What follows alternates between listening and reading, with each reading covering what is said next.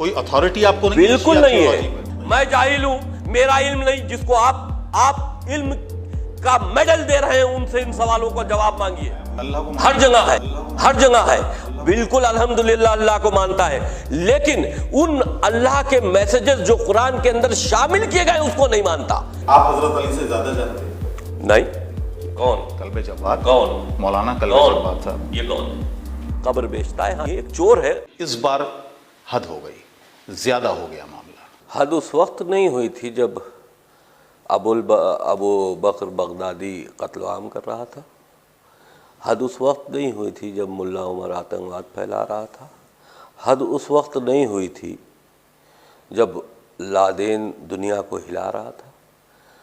हमने supreme court में अगर एक लीगल वे में याचिका दायर कर दी तो हद हो गई।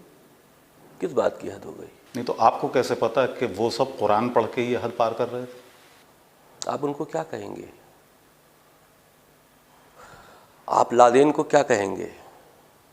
आप मुल्ला उमर को क्या कहेंगे? अबू बकर बगदादी जिसने अपने को खलीफा डिक्लेयर किया था उसको आप क्या कहेंगे? खलीफा डिक्लेयर करने का मतलब यही है कि वो इस्लाम का खलीफा है। वो अपने को इस्लामिक खलीफा मानता था। उसने ऐलान किया था। किस मुसलमान ने उसका बाइकाट किया? नहीं, आपकी जो दलीलें हैं वो दीजिए। आपने कहा 26 आयतों को कुरान से हटाया जाए, ये आतंकवाद को बढ़ावा देती हैं। आप उन पर बताइएगा वो 26 आयतें कौन सी हैं और वो क्या बढ़ावा दे रही हैं?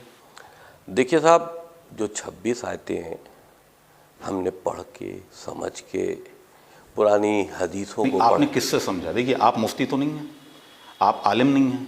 मुफ्ती और आलिम की ही जिम्मेदारी है पढ़ना और समझना। नहीं, आप नहीं समझ सकते? बिल्कुल समझ सकते हैं। तो अगर हमने समझा तो क्या बुरा? क्या समझा बताइए आप मुझे। मैंने बिल्कुल समझा कि आप गलत कर रहे हैं। क्या? आप आतंक की तरफ लिए जा रहे हैं मुसलमानों को। पूरी दुनिया में मुझे एक मिसाल दीजिए। पूरी दुनिया में बताइए। पूरी दुनिया में मुसलमान सिर्फ असलहा क्यों उठाए हुए हैं? पूरी दुनिया में क्यों?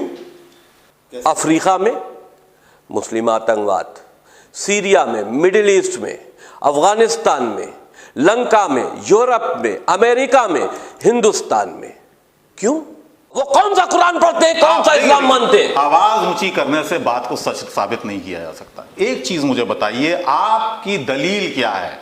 आप कहते हैं ये 26 आयतें कुरान मैंने भी पढ़ा है। मैं तो आतंकवादी नहीं बना। ठीक है, कुरान आपने भी पढ़ा है, हमने भी पढ़ा है। कुरान यहाँ पर जो जितने भी मौलवी हजरात हैं उन्होंने भी पढ़ा है कुरान। बिल्कुल पढ़ा है। ठीक है, शिया हो या सुन्नी हो सबने पढ़ा है। जो मिसयूज करता है, सुनिए, अब आपने बात कह ली, कंप्लीट कर ली, मुझे जवाब देने दीजिए। यहां पर कुरान की आयतों के मिसयूज की बात हो रही है। जिन आयतों की आज कुरान के अंदर तालीम पाकर आप एक वैशी दरिंदे बन रहे हैं और उसको आप इस्लाम कह रहे हैं। आप ये कहिए ना मिसयूज मत करो। आप कह रहे हैं हटा लो। हटा लो का मतलब ये है कि अगर मौजूद रहेगा तो मिसयूज करता रहेगा। आप ठेकेदार हैं, हम रोकेंगे, आप रोकेंगे, कौन रोकेगा? आज तक इस्लामिक आतंकवाद को किसने रोक दिया? आने वाली नस्लों में इस्लामिक आतंकवाद को कौन रोक देगा? अपनी डेफिनेशन है, कौन सा आतंकवाद है कौन सा नहीं है। अरे भाई, कहते हैं अमेरिकी आतंक। अब आप उसको कुछ लोग कह रहे हैं नाटो फोर्स। आप उसको आप देखिए, तमिल्स के लिए का था कि श्रीलंकन फोर्सेस आतंक फैला रही हैं। आप अबू बकर, सुनिए, आप लश्कर तौबा को, अबू बकर बगदादी को, इस्लामिक स्टेट जिन्होंने बनाई है, ISIS जिसको कहा जाता है, उसको आप अगर इस्लाम से जोड़कर न देखकर उसको इजराइल से, अमेरिका से या किसी से कहकर आप इस्लामिक दावन बचा नहीं सकते। आप ये नहीं कह सकते कि वो इजराइल की तैयार की हुई है। अरे तैयार आप में से की गई है। मैं ये नहीं कह रहा, मैं कह रहा हूं कुछ लोग हैं जो अमेरिकन फोर्सेस को, ऑफिशियल फोर्सेस को आतंकी कहते हैं। कुछ लोग हैं जो नाटो फोर्सेस को आतंकी कहते हैं। तमिलियंस हैं जो श्रीलंकन फोर्सेस को आतंकी कहते हैं। आतंकी अपनी अपनी परिभाषाएं हैं। आप कह रहे हैं कि कुरान पढ़ के लोग आतंकवादी बन गए। आप एक मिनट पहले सुनिए, आपकी इस बात का जवाब दीजिए। अमेरिकन फोर्सेस को आतंकी कहते हैं, नाटो को आतंकी कहते हैं, तमिलियंस को आतंकी कहते हैं, लेकिन वो तमिलियंस तमिल तक महदूद हैं। उन अमरीकी फौजें अमेरिका के अंडर में हैं, अमेरिकन तक महदूद हैं। नाटो वहीं तक महदूद है जहां पर उनका अपना वर्चस्व है। इस्लामिक आतंकवाद कहाँ महदूद है? फिलिस्तीन में क्या हो रहा है? इस्लामिक आतंकवाद कहाँ महदूद है? क्या हो रहा है? फिलिस्तीन में कौन सी आतंकवाद है? फिलिस्तीन में क्या एक मुल्क में है ना फिलिस्तीनी आतंकवाद जिसकी आप बात कर रहे हैं, क्या वो हिंदुस्तान में है? मैं कह रहा हूं फिलिस्तीनी कहते हैं, जो इजराइल है वो आतंकवादी संगठन है। ये दो मुल्कों की बात है।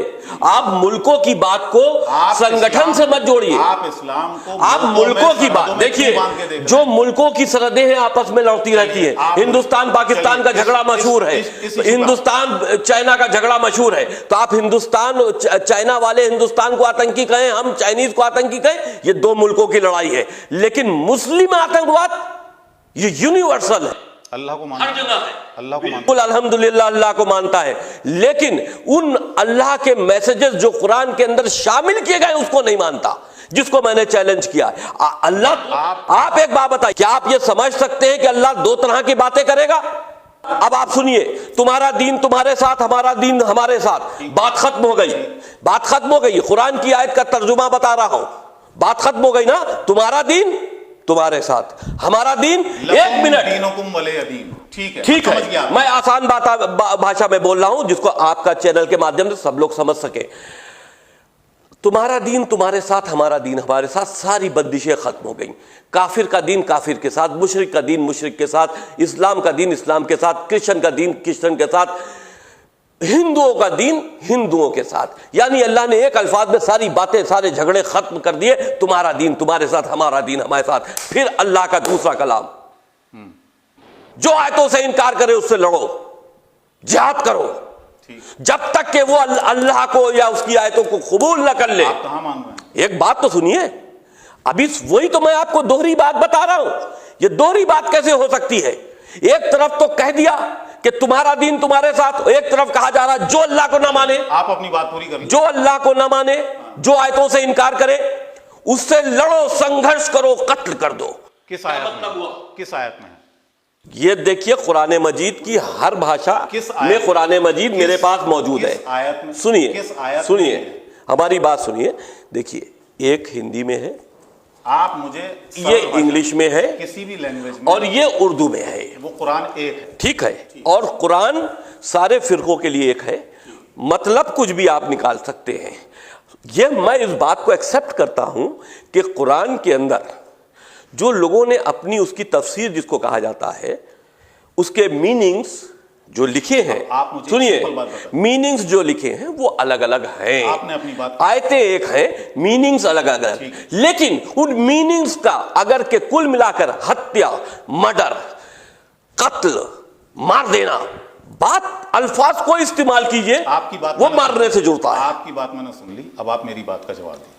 आप कह रहे हैं आप अल्लाह को मानते हैं, आप उसकी आयतों को मानते हैं। ना, गलत, रुक जाइए। अल्लाह को मानते हैं, उसकी रुक जाइए, रुक जाइए। उन फर्जी फेक आयतों को नहीं मानते जो ये 26। आप कैसे कह सकते हैं? आप कैसे कह सकते हैं कि ये अल्लाह की आयतें हैं? कुरान से साबित कर। कुरान किसका लिखा हुआ है? अल्लाह का कलाम है। कैसे? आप कैसे कह सकते हो? सवाल है आपसे, आपसे सवाल है। ये अल्लाह, ये कुरान मजीद इन कागज स्याही और कागज कलम स्याही और प्रिंट किया हुआ ये अल्लाह क्या से आया है? मतलब आप ये नहीं, ना पहले आप मेरी ये मेरा जवाब दीजिए ना। नकल किसकी की है? नकल किसकी की है? जो अल्लाह, रसूल ने कुरान लिखा, जो रसूल ने कुरान लिखा, जो जिब्राइल लेकर आए, रसूल ने लिखा, जिब्राइल ने लिख के दिया, उनको याद कराया, जिब्राइल ने लिख के दिया। आप नहीं, आप घुमा रहे बात को, आप सही जवाब नहीं दे रहे। आप मेरी बात, मैं सीधे, वो भी मैं आपसे मैं एक चीज, चंद, आप मुझसे सवाल कर रहे हैं, चंद सवाल मैं आपसे कर सकता हूं, इजाजत है? बिल्कुल। आपको एक बात बता दीजिए, जिब्रील लिख के लाए, जवाब दीजिए। नहीं। ठीक। रसूल को याद कराया? हाँ बिल्कुल। रसूल ने लिखा? रसूल ने अपने साथियों को लिखवाया? नहीं, रसूल ने लिखा नहीं, वो उम्मीद है। हाँ, ना, मैं आपसे बात कर रहा हूं। रसूल ने लिखा? उन्होंने याद किया। याद किया, लिखा? याद लिखा, लिखवाया, लिखा, लिखवाया, लिखा, लिखवाया। एक बात बताइए, लिखा, याद करके रसूल उन्होंने ने लिखा, खुद नहीं लिखा। अच्छा सुनिए, रसूल ने लिखवाया आप कहते हो, बुखारी को मानते? बुखारी शरीफ की हदीस नंबर देख लीजिए आप। जी मैं बता रहा हूं, हदीस नंबर 5003 और 5004, जिसमें यह लिखा है कि जब रसूल का इंतकाल हुआ तो सिर्फ 4 लोग कुरान मजीद के बारे में जानते थे। ठीक, रसूल के साथ हजरत अली रहते थे, जो उनके दामाद भी थे और उनके भाई भी थे। बुखारी में आपने नहीं लिखा कि वो कुरान के बारे में जानते थे। 1 मिनट, खलीफाए अव्वल, खलीफाए दोम, तीसरे खलीफा, उनका नाम नहीं है कि वो कुरान के बारे में जानते थे। बुखारी शरीफ की आयत हदीस नंबर 4986 और 4987 पढ़िएगा। उसमें लिखा है कि 4986 में लिखा है पहले और दूसरे खलीफाओं के बीच में बातचीत हुई कि आयतों को इकट्ठा किया जाए। ठीक है, ठीक, आयतों को इकट्ठा किया गया। सोच समझ के अपनी बात रखिएगा। बिल्कुल सोच, मेरा जो सवाल आएगा सुन लीजिए, वो फिर आपसे झेला नहीं जाएगा। बिल्कुल साहब, आपके सवाल से आपको मुतमईन करूंगा। आयतों को जमा किया जाए। 4 लोगों के नाम उससे पहले लिख चुके हो कि सिर्फ 4 लोग जानते थे, उन 4 के नाम कोट है। 4 में से एक थे ज़ियाद। सिर्फ 4 में से एक ने यह काम किया, आयतों को इकट्ठा किया, और वो पत्थर से लिखा गया। सुनिए, यह आपकी बुखारी शरीफ में है, पढ़ लीजिएगा। आपकी नहीं है? नहीं, मैं बुखारी को नहीं मानता, वो आपकी हदीस होगी। सुनिए, मैं कुरान को मानता हूं, मेरे लिए कुरान काफी है। नहजुल बलागा को मानते हैं? बिल्कुल मानता हूं, मेरे लिए कुरान और नहजुल बलागा काफी है। बुखारी शरीफ को आप मानते? नहजुल बलागा को मानते हैं? बिल्कुल मानता हूं। ठीक है, आप हजरत अली से ज्यादा जानते हैं? नहीं। ठीक है, नहीं। उन्होंने क्या कभी इस पर सवाल उठाया? किस पर? कुरान की इन आयतों पर। हजरत अली से लेकर हजरत अली 3 खलीफाओं के बारे में आप एक मिनट सुन लीजिए, फर्जी आपको आयतें डाली। बिल्कुल। क्या हजरत अली ने उन तीनों खलीफाओं की इंटीग्रिटी पर सवाल उठाया? ठीक। क्या इमाम हुसैन ने कभी उठाया? नहीं। क्या इमाम हसन ने उठाया? नहीं। क्या आप उनसे ज्यादा जानते हैं? बिल्कुल नहीं। फिर सुनिए, हमारी शिया अकीदे में जो हमारी किताबें हैं, अब इसके लिए हमें अपनी शिया किताबों से आपको जवाब देना पड़ेगा। हमारी शिया किताबों में यह है, जब कुरान इकट्ठा हो रहा था तो हज़रत अली अलैहिस्सलाम कुरान लेकर दरबार खलीफा में पहुंचे थे। 2 बार पहुंचे हैं, हमारी किताबों में है। खलीफाओं ने अली का कुरान लेने से इनकार कर दिया था। तीसरे खलीफा के दरबार में फिर पहुंचे थे। जब तीसरे खलीफा को पता चला कि बहुत सी आयतें और बहुत से मैसेजेस, ये बुखारी शरीफ की 4987 में लिखा है कि बहुत सी आयतें जब वायरल हो रही थीं तो तीसरे खलीफा को जब बताया गया तो तीसरे खलीफा ने हफ्सा क्या से वो कुरान मजीद मंगाया, जो पहले दूसरे ने जैद से लिखवाया था। दूसरे के बाद वो हफ्सा क्या रख दिया गया था। हफ्सा क्या से कुरान मजीद मंगवाया, उसकी कॉपी करवाई और वो हफ्सा को वापस कर दिया। उसके बाद ऐलान किया कि जितने भी कुरान मजीद चल रहे हैं सबको जला दिया जाए। बुखारी में लिखा है सबको जला दिया जाए, यानी कि आपने वेरिफिकेशन तक नहीं किया उसमें क्या कुछ सही चीजें नहीं थी, सब गलत चल रही थी। आप रेफरेंस दीजिए मुझे। बुखारी शरीफ हजरत अली जब लेकर गए। सुनिए आप वही तो अभी आप वहीं तक आ रहा हूं। आप किस किताब में लिखा ये बता दीजिए। मैं वो वो तो मैंने शिया किताब से बात की थी। किस किताब में? अरे भाई, हमारी दीनियात में लिखा है। कौन सी? हमारी दीनियात में लिखा है। हमारी मैं इसलिए पूछ रहा हूं कि आप शिया थियोलॉजी के कोई मास्टर नहीं है। बिल्कुल नहीं है ना? कोई अथॉरिटी आपको नहीं? बिल्कुल नहीं है, बिल्कुल नहीं है। मुझे किताब का नाम बताइएगा ताकि मैं भी रिसर्च कर लूं। आपको रिसर्च करनी है तो बुखारी शरीफ पर, कुरान मजीद पर, नहजुल बलागा पर। सुनिए आप कह रहे हैं मैं मानता नहीं। बुखारी शरीफ पर, नहजुल बलागा पर, कुरान मजीद पर। सुनिए, मैं इतना जानता हूं कि कहीं पर किसी खलीफा का। अरे भाई आप सुनिए तो, जी बताइए। हम कब कह रहे हैं कि किसी ने बुरा कहा? आप कह रहे हैं, नहीं कहा। आप तो कर रहे हैं, नहीं कहा, आप कह रहे हैं, हम कह रहे हैं। हाँ हाँ, किस बिना पर अली कह ने रहे नहीं हैं? कहा। किस बिना पर कह रहे हैं? सुनिए तो क्यों कह रहे हैं? जब कुरान मजीद लेकर गए और नहीं माना तो शियों का अकीदा यह है, मजलिसों में हम सुनते चले आ रहे हैं, शियों का अकीदा यह है कि हमारे जो 12वें इमाम गैब में है, यानी कि छुपे हुए हैं, वो क़यामत से पहले आएंगे। ये हमारा अकीदा है। ठीक। और उनके हाथ में वो हज़रत अली का कुरान होगा। ये हमारा अकीदा है। हम अपने अकीदे के ऊपर बहस नहीं कर रहे। ये मेरा शियों का ज़ाती अकीदा है। मैं सिर्फ सुन तो लीजिए। अरे जनाब, बात तो पूरी होने दीजिए। हज़रत अली का कुरान न माना, उसमें कमी थी। आपने सारे कुरान जलवा दिए, इसका वेरिफिकेशन नहीं कराया कि उसमें क्या सही था क्या गलत था। जो पहले और दूसरे ने लिखवाया, हफ्सा क्या रखवाया, उसको सही कैसे मान लिया? आप बताइए, अल्लाह की किताब कहां है फिर? ये आप कहते हो कि अल्लाह ने एक कुरान मजीद में यह आयत है कि कुरान मजीद की हिफाजत हम करेंगे, अल्लाह कह रहा है ना? किस कुरान मजीद की? इस कागज दवायत और कलम से लिखे हुए कुरान मजीद की हिफाजत अल्लाह करेगा। जो दिलों में है, जो दिलों में है ना, जो अल्लाह ने जिब्रील के जरिए रसूल के कल्ब यानी कि दिल पर उतारा, उसकी हिफाजत अल्लाह ने करने का वादा किया है। आप इसके अंदर फर्जी आयतें शामिल कर दो तो इसकी हिफाजत अल्लाह नहीं करेगा। फर्जी आयतें किस? फर्जी आयतों का मतलब यह है जिससे खलफिशार पैदा हो। दो तरह के कलाम अल्लाह नहीं कर सकता। एक तरफ दीन को मिलाने की बात कर रहा है, एक तरफ कत्ल-ए-आम की बात कर रहा है। अच्छा, अब एक बात मेरी सुनिए। आप अल्लाह को मानते हैं, दीन को मानते हैं, कुरान को भी मानते हैं, कुरान को भी मानते हैं, बिल्कुल मानते हैं, को भी मानते हैं, बिल्कुल मानते हैं। अब आप मेरी एक बात सुनाए, आप बताइए। एक आयत है जिसमें अल्लाह ताला फरमा रहा है कि तुम इस जैसा कोई कलाम ले आओ, तुम नहीं ला सकते। ठीक है, तो आपको लगता है कि फर्जी आयतें कोई बना देगा कुरान जैसी?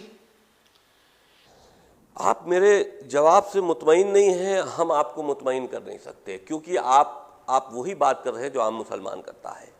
अगर आप थोड़ा सा इससे हट के बात करें तो शायद आपके बात समझ में आए।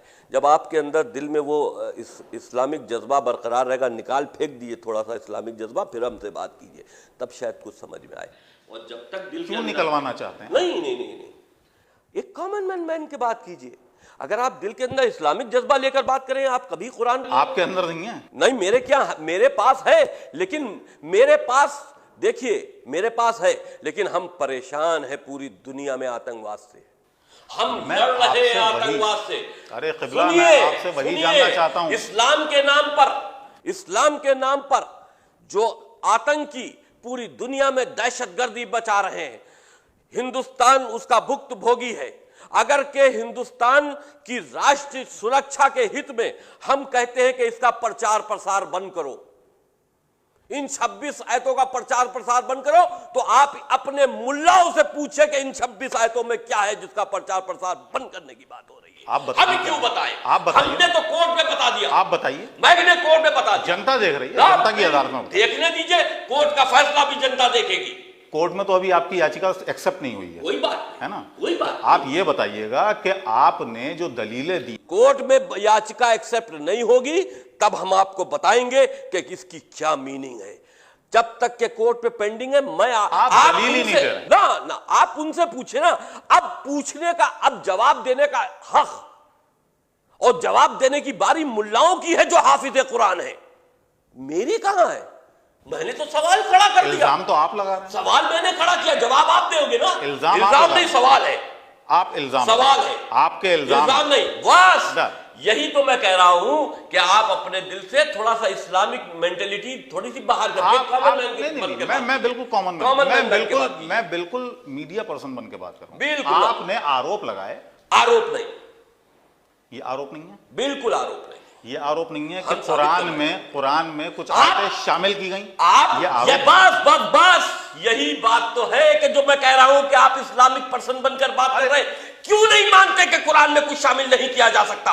अल्लाह की तरफ से भेजी हुई किताब नहीं है, क्यों नहीं मानते? फिर वो किताब कहां है जिसकी हिफाजत की जिम्मेदारी अल्लाह? तो किताब भेजी कब? आप बताइए, आप ही तो कह रहे हो। आप बताइए ना। हिफाजत की जिम्मेदारी उन अल्फाजों की ली थी जो जिब्रील के जरिए अल्लाह ने रसूल अल्लाह के दिल के अंदर, नफ्स के, उनके कल्ब पे दाखिल किए थे। उसकी हिफाजत की जिम्मेदारी अल्लाह ने ली थी। एक बात सुनिए, आप किसी बात की दलील नहीं, आप बेवजह आप कह रहे हैं, आप अगर देखिए, अगर आप 2 और 2 5 पर अड़ जाएं तो हम साबित नहीं कर सकते कि 2 और 2 4 होता है। बात खत्म। मैं 2 और 2 4 की बात कर रहा हूं ना, आप 2 2 5 की बात नहीं, कर रहे हैं। मैं कह रहा हूं किन किन आयतों में आपको लगता है कि यह आतंकवाद को बढ़ावा देता है? सवाल आपने अभी तक उस सवाल का मेरी जवाब नहीं दिया। अब आप सुन लीजिए। हाँ, सुनाइए। अब मैं आपको बताइए, मेरे पास भी है, आप भी उठा लीजिए।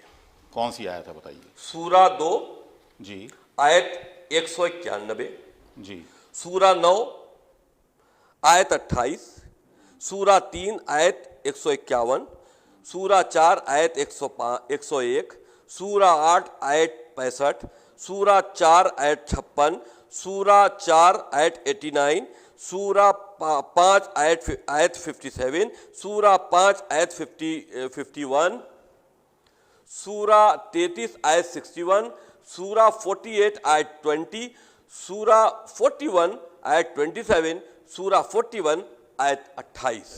ठीक है, आपने एक सूरा बताई, सूरा 48 आयत 20, सूरा 2 आयत 191 आपने बताई जी। अब मैं इसका तर्जुमा करूं। बताइए। सूरा 2 आयत 191, जी। इसमें आपने जिक्र किया है जी, जो आपने उसमें शामिल किए।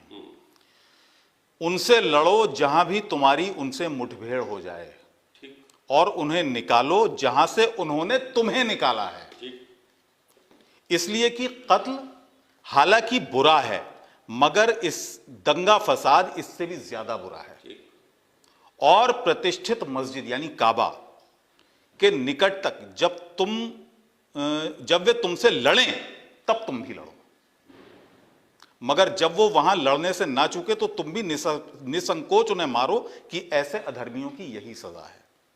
और फिर अगर वो बाज आ जाएं तो जान लो अल्लाह क्षमा करने वाला और दयावान। अब आप एक मुझे बात आप बताइए। रख दीजिए। हाँ बताइए। देखिए यहां पर क्या अल्लाह कह रहा है,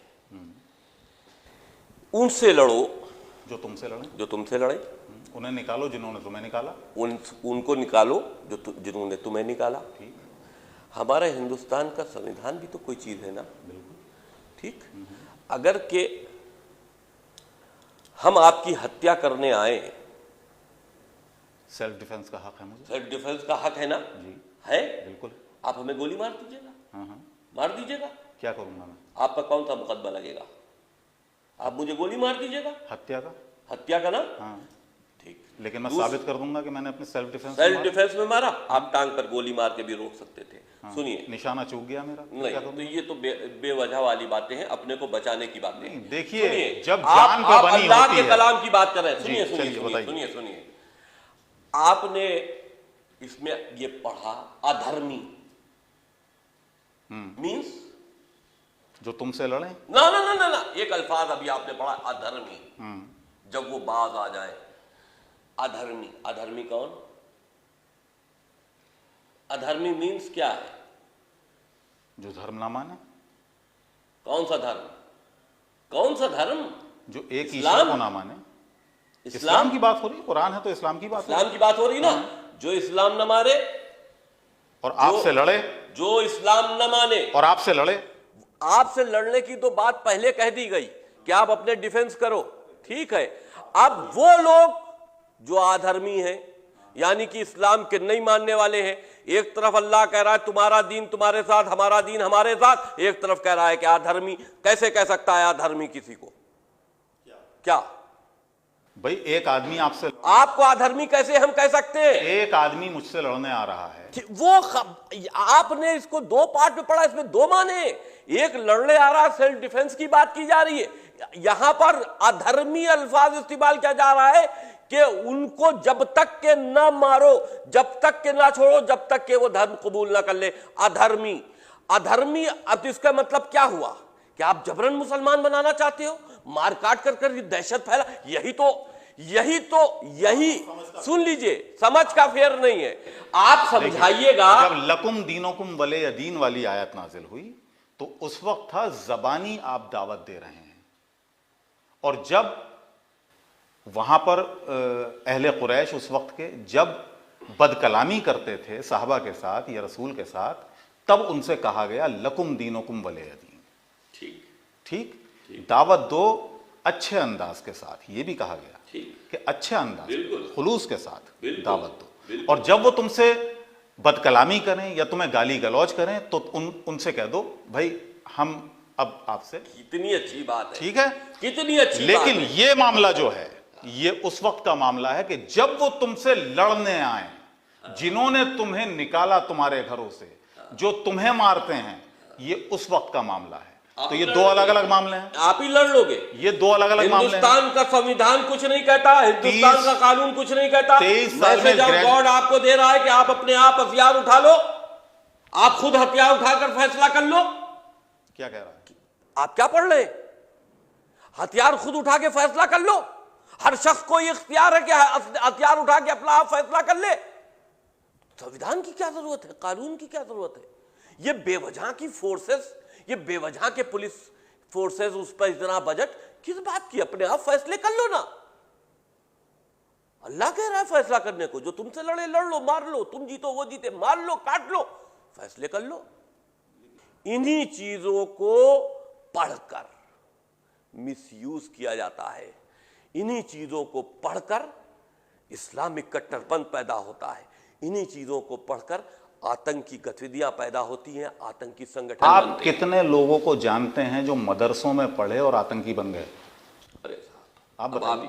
वो बहुत लंबी लिस्ट है। बताइए बताइए, एक नाम, दो नाम बता दीजिए, दो नाम बता दीजिए। आपको हम कसाब का किस्सा सुनाए, ये लिखा आप है। मुझे हिंदुस्तानियों के नाम बताइए। मैं आप हिंदुस्तान की सुप्रीम कोर्ट में आपने दायर की है याचिका? हिंदुस्तान के संदर्भ में आप बात कर रहे हैं। अंदर उस कसाब ने क्राइम किया था, मैं कसाब का एक किस्सा सुना दूं। वो पाकिस्तानी था। हिंदुस्तान में हिंदुस्तान का बताइए। हिंदुस्तान में मदरसे इतने चल रहे हैं, भाई यहाँ साहब, के कितने मदरसों में बंगाल में रेड पड़ी, बम बनाने की फैक्ट्री पकड़ी गई। आप नेट पे जाइए, सर्च कीजिए कौन सा बंगाल का मुर्शिदाबाद का मदरसा था। क्या मदरसे के अंदर किताब की जगह बम बनाना सिखाओगे?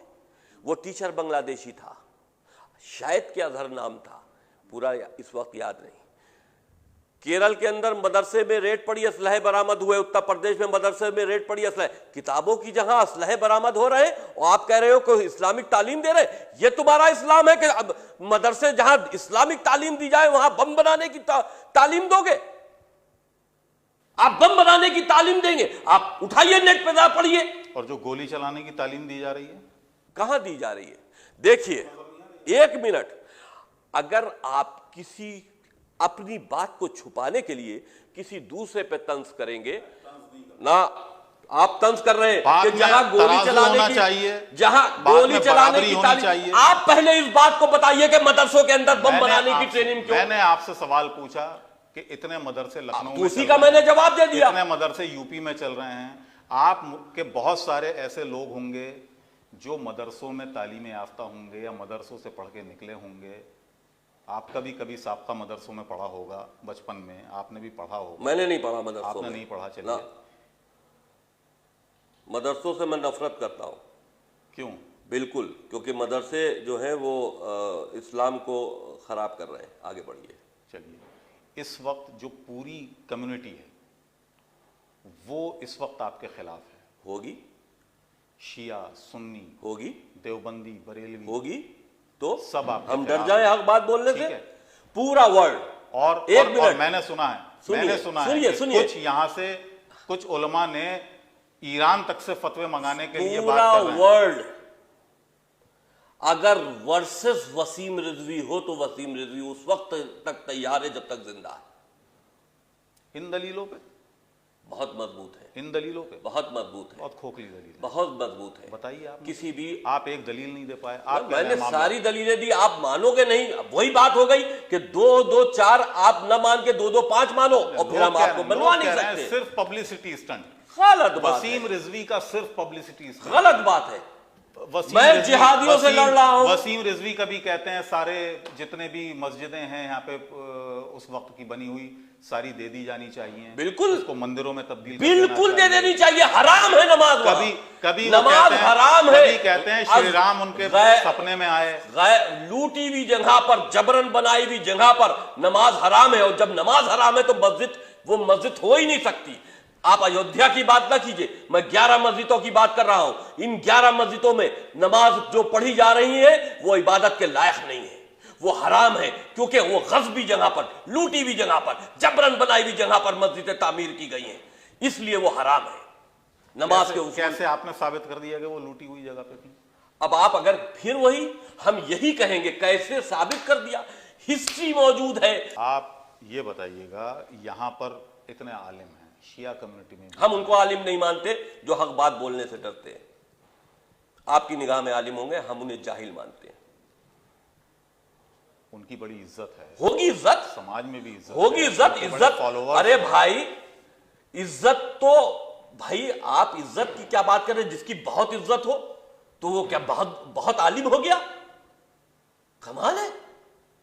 आप इज्जत का को तौल नहीं समाज के फॉलोअर्स से, नहीं, मतलब जिसकी तरफ तादाद ज्यादा हो और जिधर तादाद कम हो वो हक पे नहीं है, यानी कि तादाद ज्यादा वाला जो है वो हक पर है। मैं दूसरी बात कह रहा हूं। मैं एक बात ये कह रहा हूं कि आप सिर्फ अपनी, इसको मैं कहूंगा राजनीति चमकाने की बात कह लें, या अपने आप को चर्चा में रखने के लिए जो आप पे आरोप लग रहे हैं, और जो आरोप आप विद इन द कम्युनिटी आप पर ये आरोप लग रहे हैं, बहुत बड़ा हमारी बात को कमजोर करने के लिए जब किसी के पास पॉइंट, कल्बे जव्वाद साहब ने बहुत बड़ा एक एजिटेशन बोला। कौन? कल्बे जव्वाद। कौन? मौलाना कल्बे जव्वाद साहब। ये कौन है? ये कब्र बेचने वाले का नाम सुना है, कुछ जवाद करके नाम उसका है। मैंने उसको मौलाना तो कभी समझे ही नहीं। कब्र बेचता है, हाँ 4-5 लाख रुपए की कब्र बेचता है, इतना जानता हूं। देखिए ये नया आरोप ना, कोई आरोप नहीं, असलियत है, हकीकत है। मैंने इतने साल बोर्ड में काम किया, एक हिसाब किताब मौजूद है, तमाम वफ की प्रॉपर्टियां बेची हैं। एक चोर है जिसको आप मौलाना कह रहे हैं, वो जवाद के नाम से मैं जानता हूं। खैर, दूसरी चीज, ऐसे किसी को कहना चोर, अच्छा साहब मेरे पास सबूत है, वक्फ बोर्ड की फाइलों में चोरी के सबूत मौजूद है, आप कह रहे चोर नहीं कह सकते? भाई वाह, आंखों से देखी हुई चीज हम कह दें कि नहीं ईमानदार है, क्योंकि मौलाना है, सर पर पगड़ रखे हैं फर्जी, मौलाना है, एक अबा ओढ़ मौलाना है, एक टोपी लगा ली मौलाना है, जिसकी टोपी बहुत ऊपर वो बड़ा मौलाना, जिसका चादर बहुत बड़ी वो बड़ा मौलाना। किस चीज से आप मौलाना को मानते हैं? 26 आयतों के बारे में हमसे पूछने बजाय मौलानाओं से जवाब लीजिए कि इन 26 आयतों का मतलब क्या है। उनका इल्म टटोलिए, उनका इल्म टटोलिए जनाब, मेरा इल्म नहीं, मैं जाहिल हूं, मैं जाहिल हूं, मेरा इल्म नहीं। जिसको आप इल्म का मेडल दे रहे हैं, उनसे इन सवालों को जवाब मांगिए। मैं कोई अथॉरिटी नहीं हूं किसी को इल्म का मेडल देने के लिए। तो आप जो जिनको आप आलिम समझते हो, मैं तो सिर्फ मीडिया हूं, मैं तो जाहिल हूं, जिसको आप आलिम समझते हो उनसे पूछिए इन 26 आयतों का मतलब क्या है। कह रहे हैं कि जवाब दे रहे हैं, वो कह रहे हैं हम जवाब दे रहे हैं, लेकिन वसीम रिजवी सुनने को तैयार नहीं। भाई जवाब, अरे भाई मैंने 16/1/2021 में पत्र लिखा 57 ऑर्गेनाइजेशंस को, जो मुस्लिम ऑर्गेनाइजेशंस हैं, जिसमें असदुद्दीन ओवैसी साहब भी शामिल हैं, मुस्लिम पर्सनल लॉ बोर्ड भी शामिल है, वेस्ट बंगाल से केरल तक, केरल से कश्मीर तक, गुजरात तक जितनी ऑर्गेनाइजेशंस हैं, अलीगढ़ यूनिवर्सिटी के चांसलर भी शामिल हैं, 57 मुस्लिम ऑर्गेनाइजेशंस, उनको मैंने पत्र लिखा, सारी बातें लिखी, कंडीशंस लिखी, उस पर शक की गुंजाइश लिखी, और उनको ये लिखा कि इन आयतों का मिसयूज हो रहा है, ऐसी आयतों को पढ़कर जो इस वक्त नॉन एक्टिव हैं, और इसको पढ़कर इसका प्रचार प्रसार बंद करने के लिए आपस में मीटिंग कीजिए और कोई रास्ता निकालिए। किसी का जवाब नहीं आया, किसी का कोई जवाब नहीं आया। लोगों ने इस बात को हंसी में उड़ा दिया कि वसीम काफिर हो गए या वसीम पागल हो गए। अब 2 बातें कही आपने, अब आप गौर से सुनिए।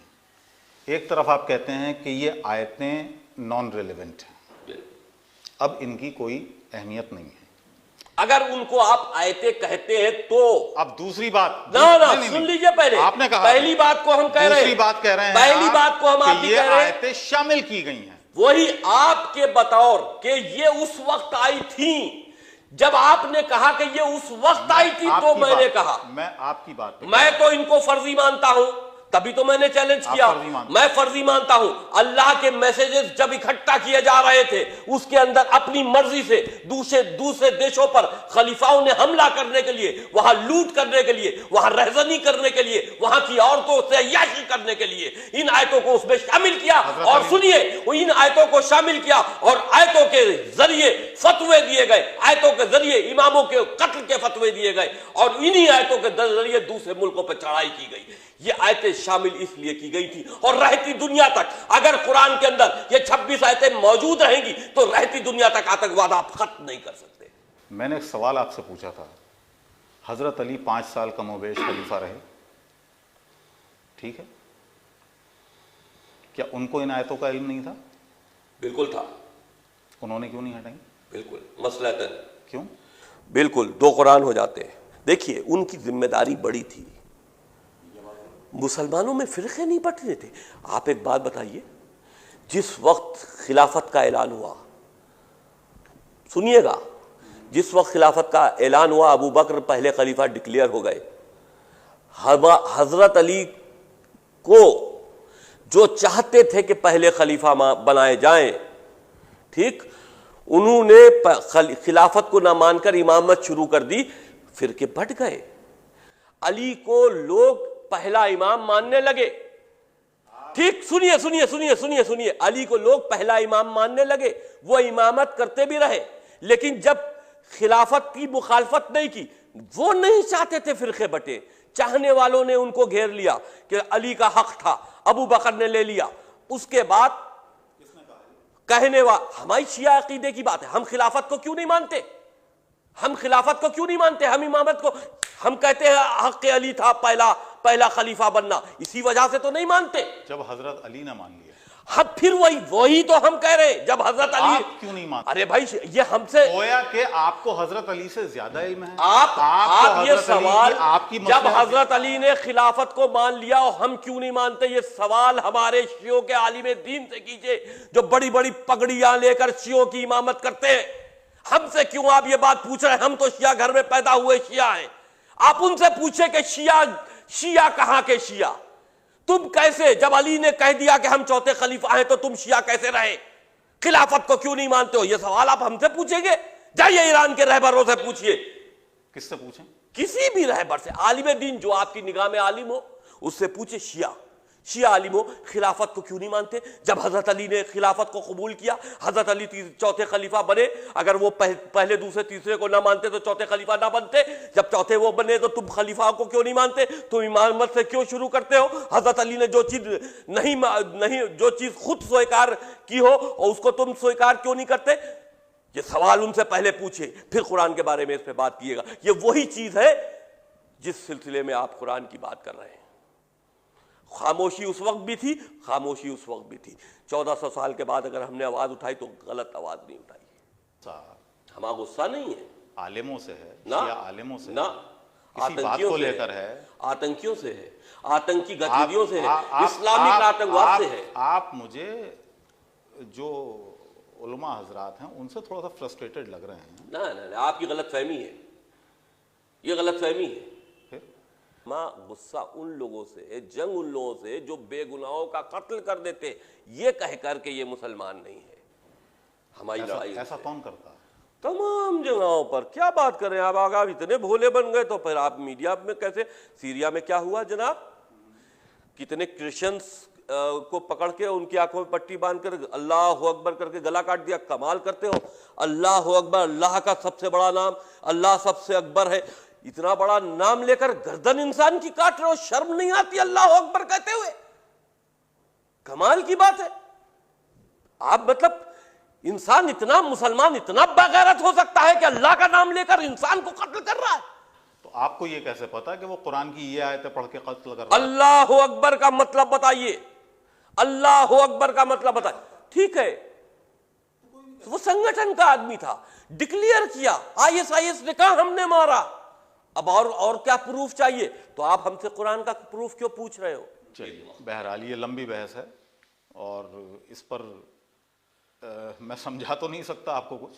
नहीं, आप 2-2-5 कह रहे हैं, 2-2-4 कह रहे हैं। 2 और 2 4 ही कह रहा हूं ना, 4 कहने वाले हमें, 5 कहने वाले। बहुत बहुत शुक्रिया हमसे बात करने के लिए। तो टीवीजे मीडिया में आज की बहस में फिलहाल इतना ही। आपसे अगले प्रोग्राम में एक और शख्सियत के साथ फिर मुलाकात होगी। तब तक के लिए इजाजत दीजिए।